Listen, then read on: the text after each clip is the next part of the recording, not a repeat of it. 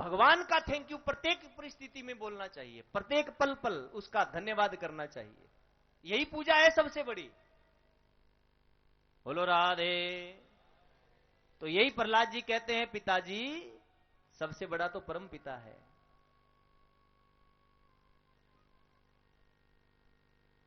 हिरण्यकश्यप ने पहाड़ से गिराया, कोड़ों से पिटाई करी, लेकिन प्रहलाद जी अपने इरादे से डगमग नहीं हुए, दृढ़ इरादा भगवान के प्रति। एक दिन हिरण्यकश्यप की बहन होलिका ने गोद में लेके अग्नि में बैठ गई। अग्नि सिद्ध की हुई है, मुझे जला नहीं सकती, लेकिन प्रहलाद नहीं जले, होलिका जल गई। उसी के उपलक्ष्य में होली मनाई जाती है। और वहां पर हिरण्यकश्यप के समर्थक खड़े थे, एक दूसरे पर कीचड़ उछालने लगे, और वहां पर प्रहलाद जी के समर्थक खड़े थे, वो गुलाल और पुष्प बरसाने लगे। आज भी दोनों के समर्थक हैं। जो हिरण्यकश्यप के समर्थक हैं, शराब पी के कीचड़ में लेटते हुए देख लेना होली के दिन, और जो प्रहलाद जी के समर्थक हैं, वो गुलाल और फूलों से खेलते हैं। बोलो राधे।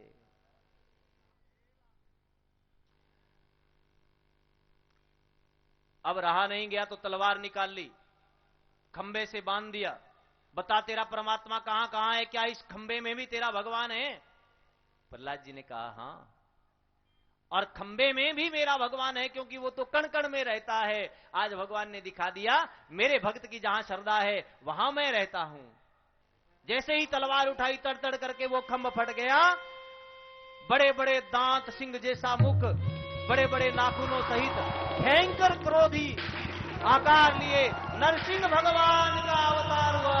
बोलिए नरसिंह भगवान की। और अवतार लेकर के प्रकट हुए भगवान, क्रोध में आकर के हिरण्यकश्यप को वरदान था, ना ऊपर बरू, ना नीचे, ना दिन में मनु, ना रात में, ना मानव से बरू, ना पशु से मरू, ना हाथ से मरू, ना हथियार से। भगवान ने अपने घुटनों के ऊपर रख लिया। सायंकाल का समय है, दरवाजे के बीच में रखा, और अपने नाखूनों से क्रोध करके छाती को फाड़ दिया। खून पीने लगे, भगवान शांत नहीं हुए। ब्रह्मा जी देवताओं ने प्रार्थना की, भगवान शांत नहीं हुए। फिर देवता तो भागे लक्ष्मी मैया के पास, मैया मैया अपने पतिदेव को शांत करो। लक्ष्मी मैया ने आकर के प्रणाम किया, भगवान ने दहाड़ मारी, वो भी डर के मारे पीछे। और ब्रह्मा जी ने प्रहलाद जी को आगे कर दिया। प्रहलाद जी ने 40 श्लोकों में भगवान की स्तुति करी और कहा, बेटा प्रहलाद मुझे क्षमा कर देना। 2 बार भगवान ने क्षमा मांगी है। एक तो प्रहलाद जी से भगवान ने क्षमा मांगी, एक कलयुग में नरसी भगत से भगवान ने क्षमा मांगी है। बेटा मुझे आने में देर हो गई, मुझे क्षमा कर देना। भगवान के पीठ पर देखा चोट के निशान, पूछ लिया, प्रभु ये चोट कैसे लगी? मैं अपने भक्त की चोट अपने शरीर पर धारण करता हूं, भगवान कहते हैं, मेरे भक्त को चोट न लगे। और कहा, प्रहलाद तुम मुझसे मांगो। प्रभु आपने मेरे पिता को बहुत बुरी तरह मारा है। भगवान कहते जीवित कर दूं? प्रहलाद जी ने कहा, नहीं पिता, नहीं प्रभु, मेरे पिताजी को जीवन तो शायद फिर मिल सकता है, लेकिन मेरे पिता को ऐसी मृत्यु नहीं मिलेगी। जब आपकी गोद में जिसके प्राण निकले हों, ऐसा भागी और कौन हो सकता है? इसलिए मैं जीवन नहीं मांगूंगा, इतनी प्रार्थना करूंगा, मेरे कुल में किसी दूसरे का वध ऐसे मत करना प्रभु। इसलिए भगवान ने राजा बलि को जब दर्शन दिए, पौत्र हैं राजा बलि प्रहलाद जी के, वरदान दिया है, मारूंगा नहीं, बलि को केवल बांध लिया वामन अवतार में भगवान ने। बोलिए वामन भगवान की। छोटे रूप में भगवान आए वामन अवतार में, बलि को बांध दिया। और बलि के यहां 6 महीने तक भगवान ने नौकरी करी, द्वारपाल बन गए। और इसके पश्चात कथा आती है राम अवतार की, सूक्ष्म कथा, राम कथा। भैया भगवान की कथा बड़ी मीठी है, और समय के अभाव के कारण सभी प्रसंगों से न्याय नहीं हो पाता, लेकिन कथा तो कहते हैं एक घड़ी आदि से पुन आध, तुलसी संगत साधु की हरे कोट अपराध। राम अवतार की कथा में मर्यादा है। भगवान राम जी ने यह मर्यादा सिखाई। जीवन में माता पिता का पुत्र के प्रति क्या कर्तव्य है, पुत्र का माता पिता के प्रति क्या कर्तव्य है, भाई का भाई के प्रति क्या कर्तव्य है, पत्नी का पति के प्रति क्या कर्तव्य है, राजा का प्रजा के प्रति क्या कर्तव्य है। इस अवतार में भगवान ने अपने प्रजाजनों को सुख देने के लिए दुख उठाए। राम, कृष्ण और कलयुग में भी कई भगवान के अवतार हुए हैं। एक बात याद रखना भैया, भगवान ने अपने भक्तों के लिए जन्म लेते हैं, भक्तों के सुख के लिए जन्म लेते हैं, और भगवान अपने भक्त के लिए कष्ट उठाते हैं। राम अवतार में आए, मर्यादा पालन करने के लिए 14 वर्षों का वनवास भोगा भगवान ने। कृष्ण अवतार में आए, एक दिन भी चैन की सांस नहीं ली भगवान ने। और कलयुग में भी भगवान के रूप में गुरु गोविंद सिंह जी के रूप में आए, एक दिन भी चैन से नहीं सोए, अपना पूरा परिवार बलिदान कर दिया मानव धर्म का उस पालन करने के लिए। लेकिन इंसान ही इतना बुरा है कि भगवान उसके लिए क्या नहीं करते, मांगता ही रहता है, प्रभु मेरे लिए ये कर दो, मेरे लिए ये कर दो, मेरे लिए ये कर दो, लेकिन भगवान का धन्यवाद करने के लिए उसके पास समय नहीं है। एक अंग्रेज औरत आ गई गांव में, तो वो एक तालाब में बच्चा गिर गया, वो जल्दी से निकाल के लेके गई, तो जिसका बच्चा था वो उठा के भाग गई। वो अंग्रेज औरत तो बोली, लो मैंने इसका बच्चा सर्दी में पानी में गई निकाल के लाई, थैंक यू नहीं बोला। एक बड़ा सयाना आदमी पास में खड़ा था, बोले बहन, भगवान राम ने इनके लिए 14 वर्ष का वनवास काटा, अपनी पत्नी तक का त्याग कर दिया।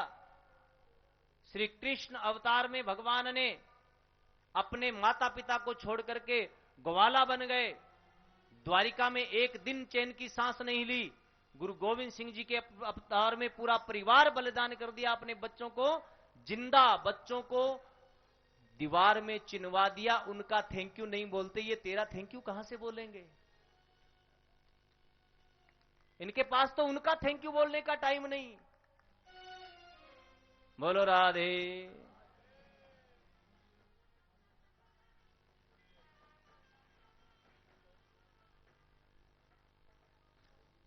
भगवान राम अवतार में आए कौशल्या दशरथ के घर, और कौशल्या दशरथ के घर आकर के भगवान ने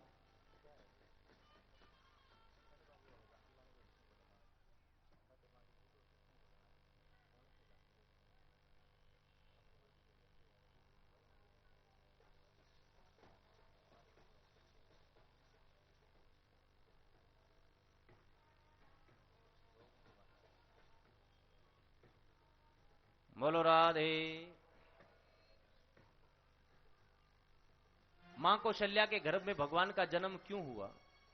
क्योंकि दशरथ के घर में मर्यादा है, दशरथ के घर में प्रेम है।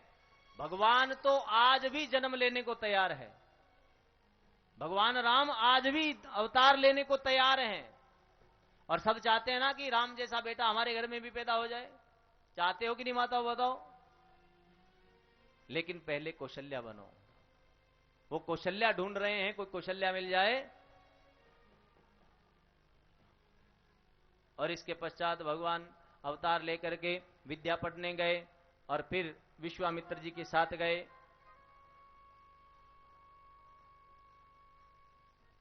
मारीच, सुबाहु, ताड़का इत्यादि का वध किया भगवान ने। और फिर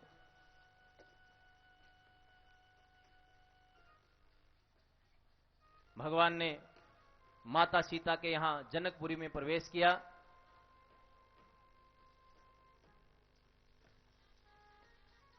और माता सीता का स्वयंवर में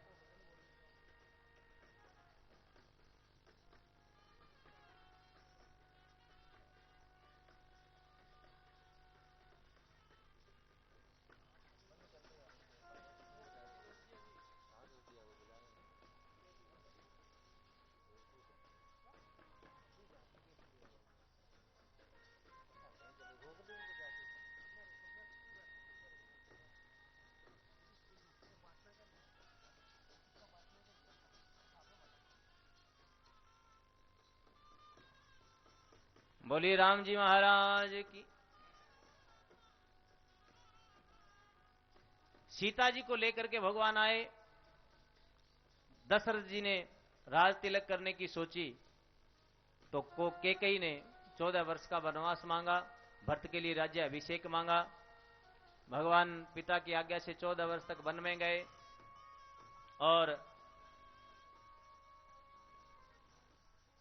14 वर्ष के पश्चात भगवान वापिस आए। रावण, कुंभकर्ण इत्यादि को मार करके, अपने भक्तों को सुख दे करके, और 14,000 वर्ष तक अयोध्या में भगवान राम जी का राज्य रहा। और उसके पश्चात महाराज परीक्षित सुखदेव जी से कहते हैं कि अब मुझे चंद्रवंश का वर्णन सुनना है। चंद्रवंश के वर्णन सुनने के लिए सुखदेव जी महाराज के जैसे ही चंद्रवंश का नाम सुना, सुखदेव जी की समाधि लग गई।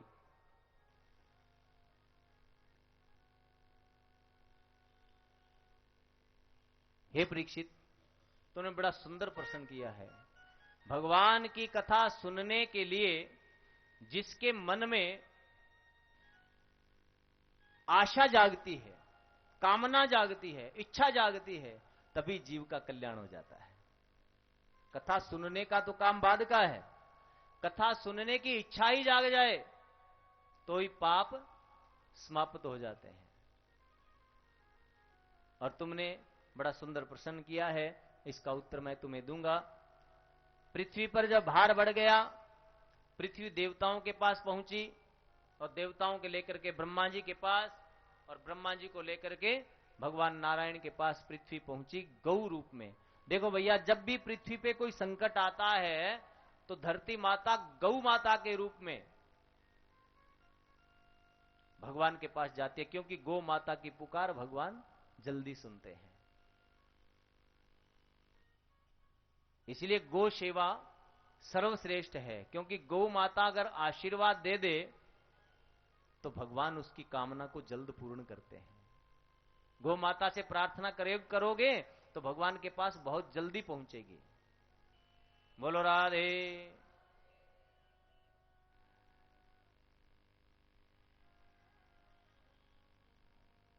तो गौ माता के रूप में जाकर के प्रार्थना की। भगवान ने कहा बहुत ही जल्दी मैं अवतार लूंगा, गोकुल में मेरी बाल लीलाएं होंगी। इसलिए समस्त देवताओं को, संत पुरुषों को गोकुल के गवाले बना करके और गैया बना करके भगवान ने भेज दिया। ये गोकुल के बछड़े, गोकुल की गैया और गोकुल के गवाले, ये बड़े बड़े ऋषि हैं पूर्व जन्म में, जिन्होंने अनेक प्रकार का तप किया। और मथुरा में मेरा जन्म होगा। वसुदेव जी सूरसेन जी के पुत्र, देवक महाराज की कन्या देवकी से विवाह करके लौट रहे थे। चचेरा भाई उग्रसेन का पुत्र कंस रथ हाँक रहा था, विदा करके ले जा रहा था। आकाशवाणी हुई, अरे कंस, जिसको तू विदा करने जा रहा है इसी के गर्भ से होने वाले 8वें पुत्र के हाथ से तेरी मृत्यु हो जाएगी। अब दुष्ट तो था ही, तलवार लेकर के देवकी को मारने लगा। तो वसुदेव जी ने रोक दिया, अरे कंस, वीर पुरुष स्त्रियों पर हाथ नहीं उठाते, तुम्हें भय नहीं है देवकी से, तुम्हें तो देवकी के पुत्रों से भय है। जो भी इसका पुत्र होगा वो मैं तुम्हें ला करके सौंप दूंगा। और जानता है कंस, वसुदेव जी झूठ नहीं बोलते। पहला पुत्र हुआ, वसुदेव जी ने ला करके कंस को सौंप दिया, कंस ने उसको छोड़ दिया। नारद जी आ गए, अरे कंस, तुमने इसको काहे छोड़ दिया? कंस बोला, ये तो पहला है।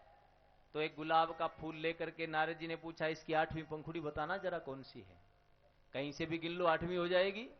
तो पता नहीं, देवता लोग बड़े चालाक होते हैं अपना काम निकालने में, हो सकता है पहले ही 8वीं को भेज दिया हो। कंस को बात जंच गई। और उसने उस पुत्र को मार दिया। करते करते 6 पुत्र मार दिए। 7वें गर्भ में बलराम जी आए, शेष नाग के अवतार, भगवान शेष जी के अवतार, और संकर्षण उनका नाम हुआ। माया के द्वारा देवकी के गर्भ से निकाल करके रोहिणी के गर्भ में पहुंचा दिया। और 8वें गर्भ में भगवान आए हैं। और जब भगवान के आगमन सुना, बादल मंद मंद गरजने लगे, वायु शुद्ध और पवित्र हो गई, वायु शुद्ध और पवित्र हो गई, और पृथ्वी भी, जितनी औषधियां थी समस्त औषधियां पृथ्वी में उत्पन्न हो गई, प्रसन्न हो गई पृथ्वी, और भगवान का स्वागत किया। और भाद्रपद महीने की अष्टमी तिथि कृष्ण पक्ष में अर्धरात्रि में भगवान का जन्म हुआ। भगवान के जन्म का हेतु क्या है, ये कल की कथा में बताएंगे। कल की कथा में भगवान की बाल लीलाओं का वर्णन होगा, और कल की कथा में युवाओं के लिए बड़ी शिक्षाएं बच्चों के लिए कल की कथा में आएंगी। वैसे तो कथा में माताओं के लिए, सबके लिए, बुजुर्गों के लिए शिक्षा होती है। कल की कथा विशेष रूप से बालकों के लिए और युवाओं के लिए विशेष रूप से रहेंगी, इसलिए अपने अपने समझदार बालकों को लेकर के आइएगा। ज्यादा छोटे बच्चों को लाओ तो अपने संभाल के रखिएगा भाई, शरारत न करें। और कल बाल लीला बड़ी सुंदर भगवान की होगी, तो आप सब लोग आना है। साथ में एक एक दो दो को और भी लेके आना भाई। बोलो राधे राधे। अभी वसुदेव जी, आप लोग गोकुल के वासी हो, वसुदेव जी भगवान को लेकर के आ रहे हैं। फूलों से बड़ा सुंदर स्वागत आप लोगों ने भगवान का करना है। बोलिए बांके बिहारी लाल। स्वागतम कृष्णा शरणागतम कृष्णा, स्वागतम कृष्णा शरणागतम कृष्णा, स्वागतम कृष्णा शरणागतम कृष्णा, स्वागतम कृष्णा शरणागतम कृष्णा,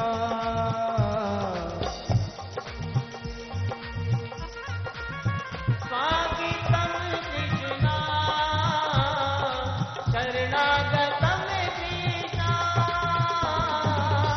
स्वागतम कृष्णा शरणागतम कृष्णा, स्वागतम कृष्णा शरणागतम कृष्णा,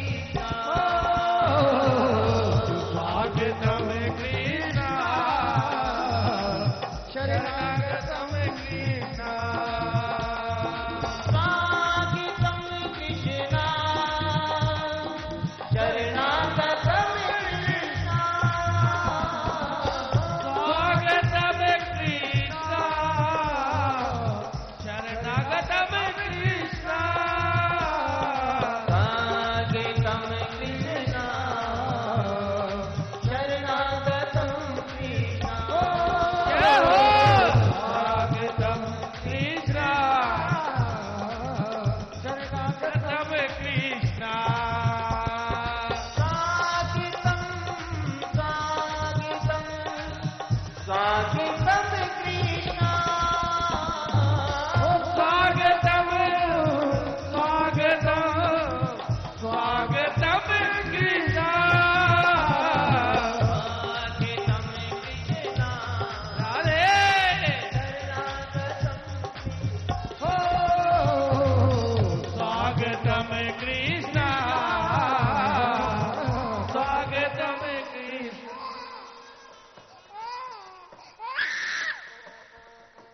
बोलिए बाल कृष्ण लाल की जय हो।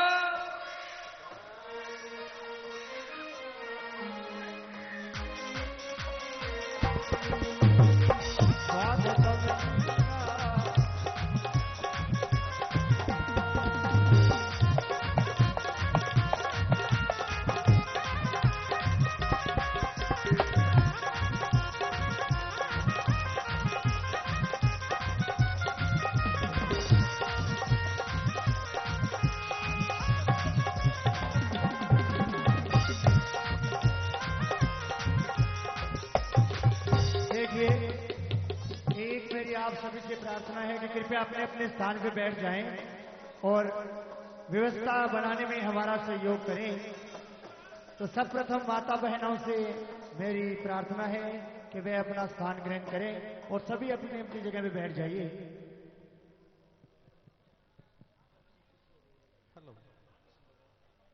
सादर वंदन। इस प्रांगण के अंदर कृष्ण जन्मोत्सव के बाद मेरा निवेदन कि सभी अपना स्थान ग्रहण करें। राधा माधव धर्म प्रचार समिति भारत राष्ट्रीय अध्यक्ष श्री जयप्रकाश जी शास्त्री व इनके साथ श्री रामस्वरूप जी शास्त्री, हमारे बीच मंच पर विराजमान श्री अनूप जी शास्त्री, संस्कृत महाविद्यालय 3 पुली श्री गंगानगर। इस मंच के ऊपर मैं इन गंगानगर के निवासियों की ओर से आपका हार्दिक अभिनंदन और सादर प्रणाम करता हूं। बड़े ही सौभाग्य की बात है, राधा माधव धर्म प्रचार समिति भारत, जिसका लक्ष्य है कि गौ भक्त व कन्यादान, ये 2 लक्ष्य लेकर यह समिति पूरे भारत के अंदर प्रचार प्रसार हेतु तत्पर। दुनिया के अंदर अगर दान समझा जाए तो गौओं के लिए हरा चारा व कन्याओं की सुरक्षा व उनका मार्गदर्शन जीवन में ये सबसे बड़े दान। आज राधा माधव धर्म प्रचार समिति भारत, जो कि भागवत कथा के अंदर जो लक्ष्य लेकर पहुंची है, 11 कन्याओं की शादी 7 दिसंबर को इस गंगानगर की धरा पर होगी। अब तक 280 कन्याओं की शादी यह धर्म प्रचार समिति करवा चुकी है और 11 कन्याओं की शादी 7 दिसंबर को इस गंगानगर की धरती के ऊपर, इस पुण्य स्थल के ऊपर होने जा रही है। मैं आप सभी से यह निवेदन करता हूं कि इस पुण्य पर्व के ऊपर हम सभी गंगानगर वासी नहीं, राजस्थान के निवासी नहीं, अपितु पूरे भारत के निवासी बढ़ चढ़कर हिस्सा लेंगे। इससे बड़ा कोई दान इस दुनिया में नहीं हो सकता। आज शास्त्री जी ने मानव धर्म के बारे में बताया, गुरु शब्द के बारे में बताया। जो अंधकार से प्रकाशमान की ओर लेकर जाता है वो गुरु शब्द की महिमा है। एक बार जोरदार करतल ध्वनि के साथ आज कृष्ण जन्मोत्सव के ऊपर इस वातावरण को ऊर्जावान बनाए रखेंगे। हमारे भागवत कथा के मुख्य यजमान श्री ओम प्रकाश जी ढींगड़ा का विशेष सहयोग, आपका हार्दिक अभिनंदन, हार्दिक स्वागत। कन्यादान के मुख्य यजमान श्री हनुमान प्रसाद जी रेलिया शेरेवाला व श्री अजय जी चांडक सभापति नगर परिषद श्री गंगानगर हैं। कथा व पूजा का कार्यक्रम श्री रामस्वरूप जी शास्त्री संपन्न करवा रहे हैं। जरा मेरा निवेदन कि एक बार अपना स्थान ग्रहण करें महिला शक्ति से। इस गंगानगर की धरा के ऊपर गंगानगर के समाज सेवी वासियों ने यह जो आयोजन आज इस जन्मोत्सव के ऊपर विशेष रूप से आजादी से पूर्व के एक सिक्के दिए जाएंगे आपको भेंट स्वरूप, आप यहीं स्थान ग्रहण करें। यानी 100 साल पुराने सिक्के इस जन्मोत्सव के ऊपर 3 पीढ़ी पूर्व जो संभाल के रखे थे शेरेवाला परिवार ने, वो आपको दिए जाएंगे इस कृष्ण बाल जन्मोत्सव के ऊपर। इसलिए अपने अपने स्थान पर बैठे रहें। आभारी इस गंगानगर की जो आयोजन समिति के तत्वाधान के अंदर आप इस पंडाल में बैठे हैं। अध्यक्ष श्री सीताराम जी शेरेवाला, उपाध्यक्ष श्री कलवंत राय जी शेरेवाला, उपाध्यक्ष श्री राधेश्याम जी शेरेवाला, महामंत्री दीनदयाल शेरेवाला, मंत्री श्री रमेश जी सिंगल, मंत्री श्री मोहनलाल जी गौड़ और इस आयोजन समिति के सचिव श्री सुरेश जी गौड़, कोषाध्यक्ष श्री कुलदीप जी गौड़, भंडारी श्री मुनीलाल जी जांगीर, कार्यक्रम प्रभारी श्री गौतम जी शर्मा, मीडिया प्रभारी श्री राजकुमार जी जैन, जिनके तत्वाधान के अंदर आप लोगों के सहयोग के साथ में ये भागवत कथा का कार्यक्रम व 11 कन्याओं का कार्यक्रम सफल होगा, जिसमें आपकी शक्ति अहम योगदान रहेगी। आज के इस सहयोग स्वरूप, आज के इस कन्यादान के सहयोग स्वरूप, राशि स्वरूप श्री राजेंद्र जी जांगीर बेंगलोर कर्नाटका से 51,000 रुपए इस पर्व के ऊपर कन्यादान महोत्सव में भेंट किए। श्री जितेंद्र जी शर्मा झज्जर हरियाणा से 51,000 रुपए। श्री जय सिंह जी जांगीर जोधपुर राजस्थान से 25,000 रुपए। श्री सुरेंद्र जी गर्ग श्री गंगानगर राजस्थान से 25,000 रुपए। श्री हैप्पी जी चंडीगढ़ से 51,000 रुपए। श्री प्यारा सिंह जी सोही उप सरपंच 19 जी गोविंदपुरा झाझड़ियावाड़ी राजस्थान से 5100 रुपए। श्री सतीश कुमार जी शर्मा श्री गंगानगर से 2100 रुपए। श्री दयाराम जी झाझड़िया गोविंदपुरा गंगानगर राजस्थान से 2100 रुपए। श्री संकट मोचन बालाजी गो चिकित्सालय चक 16-17 SDS लालगढ़ जाटान श्री गंगानगर राजस्थान से की ओर से श्री लच्छीराम जी रेवाड़ ने 11,000 रुपए इस कन्या विवाह उत्सव के ऊपर दिए।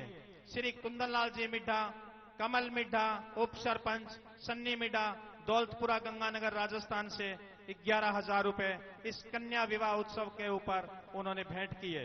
इसी क्रम के अंदर अगर कोई भी इस गंगानगर ही नहीं अपितु इस भारत और पूरी दुनिया का निवासी अगर गुप्तदान स्वरूप कुछ भेंट करना चाहे तो इस श्री माधव राधा धर्म प्रचार समिति का जो बैंक के खाता नंबर है वो साधना चैनल के ऊपर, जो कि इस वक्त दुनिया के 24 देशों के अंदर हमारा इस गंगानगर पर्व का लाइव प्रसारण दुनिया के देश देखने जा रहे हैं, उसकी पट्टिका के ऊपर खाता संख्या अंकित है।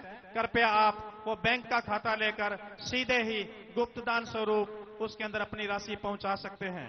एक बार बड़ी जोरदार करतल ध्वनि के साथ में इस गंगानगर की धरा के ऊपर जो 11 कन्याओं की शादी होने जा रही है वो बड़ा ही महत्व व ऐतिहासिक विषय है। श्री माधव राधा धर्म प्रचार समिति का लक्ष्य श्री गंगानगर के अंदर इस परिक्षेत्र के अंदर एक मंदिर व एक जल कुंड बनाया जाए जिसके अंदर सभी धर्मों से सभी तीर्थ स्थलों से जल लाकर उसमें डाला जाए। उसके साथ साथ ऐसा विद्यालय खोला जाए जिसमें गंगानगर राजस्थान नहीं अपितु भारत व पूरी दुनिया की कहीं से भी कोई भी कन्या आए वह निःशुल्क शिक्षा ले। उसके साथ साथ तकनीकी शिक्षा उसकी झोली में डालकर उसको आगे का राह पथ प्रशस्त बनाने हेतु तत्पर श्री माधव राधा धर्म प्रचार समिति जिन्होंने जो स्थली चुनी है वो गंगानगर शहर के परिक्षेत्र की स्थली चुनी है।